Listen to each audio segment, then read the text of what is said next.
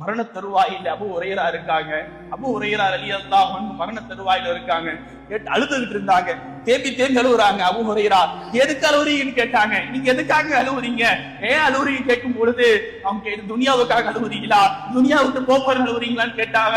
இல்லப்பா, நான் துனியாவை விட்டு போகிறதுக்காக அழுவல, நான் துனியாவை விட்டு போறதுக்காக அழுவல, எனக்கு பின்னால் நான் ஒரு பயணத்திற்காக வேண்டி தயாராகி விட்டேன். எனக்கு ஒரு பயணம் இருக்கின்றது, மறுமை என்ற ஒரு பயணம் இருக்கின்றது. அந்த மறுமை பயணத்திற்காக நான் செல்ல இருக்கின்றேன், அந்த மறுமை பயணத்திற்காக நான் செல்ல இருக்கின்றேன். ஆனால் என்னிடத்தில் அமல்கள் குறைவாக இருக்கின்றது.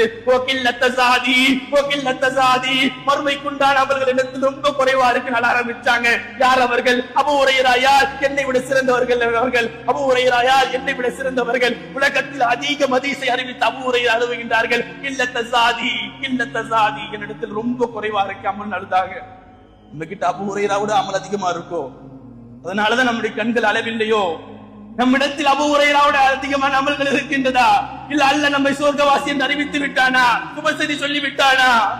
கண்ணியமிக்க அல்லாஹ்வின் நல்லடியார்களே, என்ன அமலை வைத்து விட்டு நம்ம துனியாவில் நிம்மதியா வாழ்ந்துகிட்டு இருக்கோம்? கொஞ்சம் கூட நம்முடைய பாவத்திற்காக வேண்டிய அல்லாஹ்விடத்தில் அல்லாமல் இப்படியே வாழ்ந்து விட்டு எங்க செல்ல போகின்றோம்? இப்படியே வாழ்ந்து விட்டு எங்க செல்ல போகின்றோம்? கொஞ்சம் மாறுவோம் வாழ்க்கையில், திருந்துவோம் வாழ்க்கையில்.